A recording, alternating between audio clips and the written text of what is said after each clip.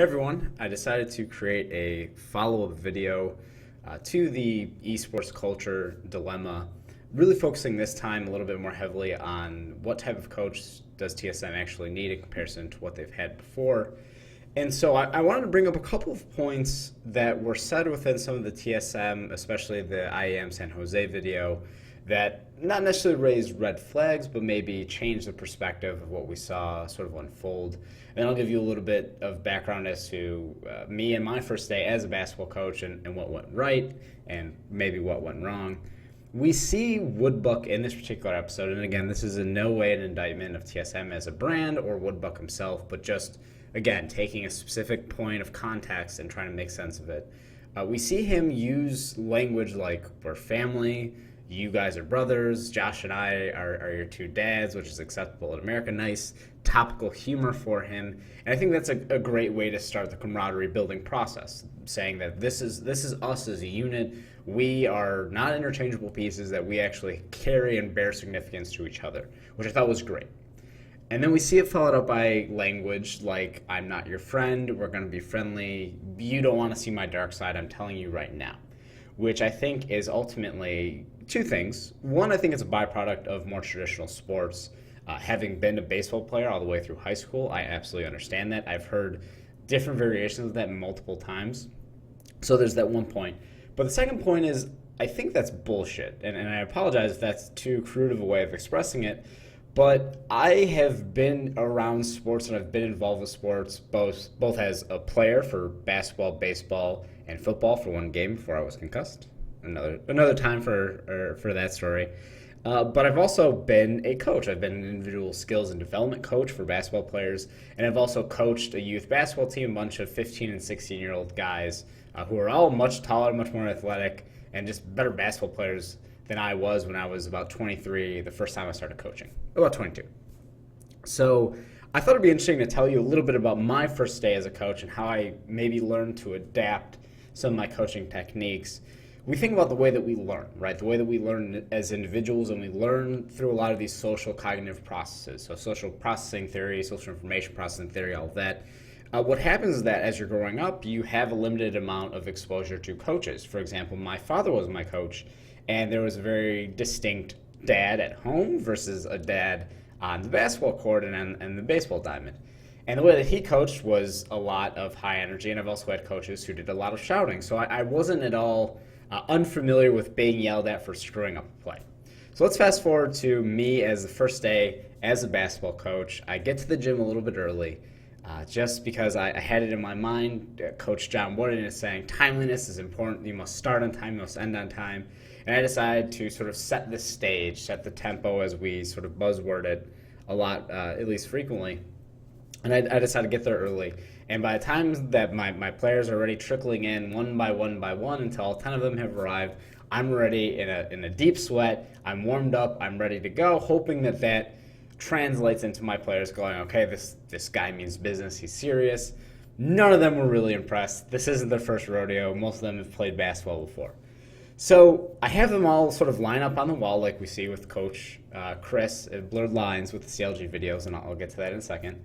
And I start sort of going down the list. We're gonna work our butts off, and we're gonna really focus on the drills and try to translate this into success. We might not win every game, but we're gonna really try and get it. By the time playoffs rolls around, the same rhetoric that we're hearing with a lot of these players. Regular season doesn't matter as long as we make it into the playoffs and the string split and all that. So what we see is that I'm there with these guys, and we start to run a basketball drill, which is a pick and roll drill. And this is pretty fundamental if you're familiar with basketball. If you're not, we can imagine a close comparison would be like a 2v1 lane swap in League of Legends, where you have the two players going through the one lane. Pick and roll essentially unlocks a lot of different avenues moving forward. So without going too much into detail, we have 4 people participating in this drill. 2 of them offensive, one of them who has the ball, the other one who is setting up the pick for the pick and roll, and then 2 guys who are defensive, okay? One of them guarding the guy with the ball, one of them guarding the guy who's setting up the pick. And we have the guy with the ball, his name is, let's call him Steve, and we have the guy that's supposed to be defending him, his name is Jeff. And so we're going through this drill, and one of the unique characteristics about the drill is that if you are Steve, you happen to be a really, really good shooter. So that changes the way that we guard him, because if he has a lot of room to be able to make a shot, we want to be able to reduce that room. We want to make sure that the defender is always on him so that he doesn't get a free shot off. Okay, easy shot, easy opportunity. So what we do is we hedge the screen. We make sure that the person that's defending him goes over the screen so that he has an avenue to actually drive to the basket as opposed to getting a free open shot. Okay, so we see Stephen Curry do this all the time. Good defenses send players above the screen to make sure that he doesn't get a free shot. The great players still get that shot even contested, but this isn't basketball, trying to make it League of Legends related. So drill comes through, I tell Jeff, I say, listen, Steve's a really good shooter. Make sure that when you meet the pick and roll, you go over the screen and you stay on his hip. And it's a term we use quite frequently. Stay on his hip, go over the screen, make sure he doesn't get a free shot. Perfect. First drill comes, he goes under the screen, which is the opposite of what we asked Jeff to do. And I go, okay. Again, just make sure that when you set up pick and roll, that you as a defender, because he's a good shooter, you go over it. Let's go. Second time around, goes under the screen again. I could start feeling me recalling what it was like to get yelled at as a player, and I'm trying to hold it back. Maybe I can deliver this message without having to yell. Third time comes around, and I've not yelled, but I've raised my voice a little bit to the guys. You call that a layup, sort of stuff to hopefully motivate them. Third time of this drill comes around. Steve has the ball, he's dribbling, sets up the pick and roll. Jeff goes under the screen, and I lose it. And I won't yell for the sake of your ears with audio, but I said, damn it, Jeff, I keep telling you go over the pick, and all you're doing is going under it. It's like you want to lose. And I'm just railing into this guy, and in the middle of me talking, in the middle of me yelling, I look at Jeff, and his face is completely stoic for a moment, and I see tears start welling up in his eye, and he storms off to the sideline and starts crying. And in that moment, I saw probably one of the most prolific coaching and teachable moments that you could have as a coach, where I realized, oh, maybe this isn't the best approach to reaching this particular player. And in that moment, I realized the behaviors that I wanted my players to emulate, I could get them to do those behaviors without yelling. Now, keep in mind, some players were not receptive at all to my feedback until I started yelling. And so I started to recognize, there are certain patterns. Different individuals have different needs. It's not as though I have one specific way to coach this player, one specific way to teach them that is going to work for player 1 to player 2 to player 3, and so on and so forth. And I think that's where we start to see some of the fundamental differences when it comes to trying to integrate, let's say, eSports and traditional sports together.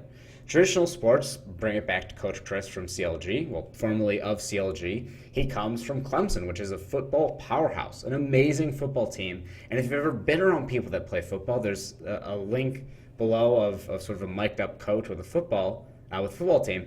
You'll see that the way that they address their players, not always, not to cast sort of a wide net, but the way that they address players is very direct, very straightforward, a lot of yelling. We see that in baseball. We see that in basketball all the time.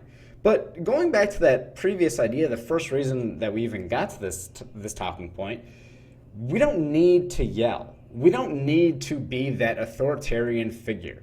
I think we see, if you look at any championship run, one of the first things that you see is the star player, go up to the coach and hug them. Michael Jordan and Phil Jackson, Tim Duncan and Greg Popovich. We have a lot of NBA examples that I could keep spewing off if you want them. Okay? What happens is that what we see is we need to figure out how it is that we address not only the players as a team, but the players given the cultural context. A lot of these guys, in terms of esports athletes, haven't been screamed at. You want us to be a family. You guys are brothers, and we want to be able to address and give each other feedback. But I'm not your friend, even though I'm your father. I'm going to be friendly. Well, what kind of message does that send where my coach is going to change his behaviors to be an authoritative figure when having these conversations with me? So when we're looking at TSM as a brand and TSM as a team moving forward, we need someone who is most notably knowledgeable about the game. Because as much as setting up and establishing that culture works to a certain extent, we need someone who understands that Bjergsen's move when he rotated at the top was actually pretty silly from a game and tactical perspective. Sure, we could have Josh interpret and sort of act as the liaison between the sort of life coach or head coach and the players. But it would be helpful to have someone who is legitimately knowledgeable on the team and understands the importance of sustained success. That no, this isn't a team that's built overnight, but also, going 7-3 is not something that we should scoff at. That's a pretty good accomplishment. Sure, some of those wins were probably wins against teams like Echo Fox, for instance, that should have been wins. It should have been no-brainers. But we also have to figure out what strengths does each player bring to the team. We see, and I mentioned this in the previous video, we see Bjergsen and Doublelift are incredible mechanical players. Yellowstar is one of the greatest historical coaches in the history of coaching, of coaching the players in game. So he's this awesome leader. We have to figure out the ways at which we can establish these skills, understand these skills, and allow them to use those skills in a way that's conducive to the team. It doesn't make sense to finish Baron, call everyone go top, and then have the mid laner and Bjergsen say, I'm going mid. We have to be able to be consistent. What we see with a team like Cloud9, high shot calling, high dominant voice, we see it both in terms of, hey, we need to do this, go after this target in a team fight, we need to make this next macro play. His voice sort of echoes loud, and this is a very obscure comment, but High also has an excellent voice, a voice that is very dominant and also very clear. So he has the ability to articulate the ideas, and the players listen to that. That's why we're seeing a hard time transitioning from High into Bunny Fufu. Not because the mechanics are any better or worse. In fact, Bunny is a much better support player. However, the contributions that he makes, his biggest strength is essentially irreplaceable. Not that you can't teach shot calling, but you can't teach it to the caliber that High has it. Otherwise, with his wrist injury, he would have been retired and stayed retired a long, long time ago. Him in the middle of the game, if we look at the mic check that was just put out by Riot, he's talking to Rush, who's had an okay game. Hey, listen, don't let it get to you. He's allowing not only constructive feedback, but he's also giving Rush, who is this highly touted player, he's incredibly skilled, he's getting down on himself. And this goes back to the idea that we need to focus on the communication that happens inside of the game as well as outside of the game. If all we're doing is focusing on the way that they have fun within the escape room, and that we're not really focusing on players maybe overcasting a certain call or maybe changing the macro play, we're going to eventually run into issues. We might need someone, if we have a very sensitive team, we might need someone who is that voice of encouragement. And we have 5 players. Once the coaches leave the stage, we have 5 players. One of them can be the encourager when there isn't a lot of macro play being said at the time. Okay, you two go top, I'm going to go mid, I'm going to ward the enemy jungle. There's a pause in what's happening. Encourager steps in, says, hey, look, I know that you just gave it first blood, but just remember you gave it first blood in the scrim, last week against CLG. This time as we move forward, we need to just change the behavior. Just stay focused on this task that's in front of you. Okay, so we have the encourager. We have someone who is calling the macro shot play. We might have someone who's calling sort of the team battle as well. So what we're seeing is that there are opportunities for 5 people's skill sets to be really highlighted and shown. But when we make sure that everyone is starting to make shot calls and everyone is sort of talking over each other and superseding the other person's point, we get into problems where maybe we're not actually playing to the skill set that each player has. We need to figure out what best works for each player and how that player best works for the team, and how that team and how that brand and that culture can best help shape the way that they have success and how they have failures. You're not going to win every game unless you're immortals. You're not going to lose every game. Unfortunately, what we have to do is figure out not how successful we are going to be when we're winning, and not how defeated we're going to be when we're losing. How is it that we respond to our backs against the wall, us being in this position, and who is it that we need as a coach? And I don't think it's something that happens overnight. You need to build that relationship. You need to build that rapport. Sometimes you have to get down on players and say, hey, look, you've been screwing up. I don't need to consistently tell you that. Instead, we just find ways to give that criticism, give that feedback, player to player, player to coach, coach to coach. Everyone should be accountable, and everyone should be willing to give out that information.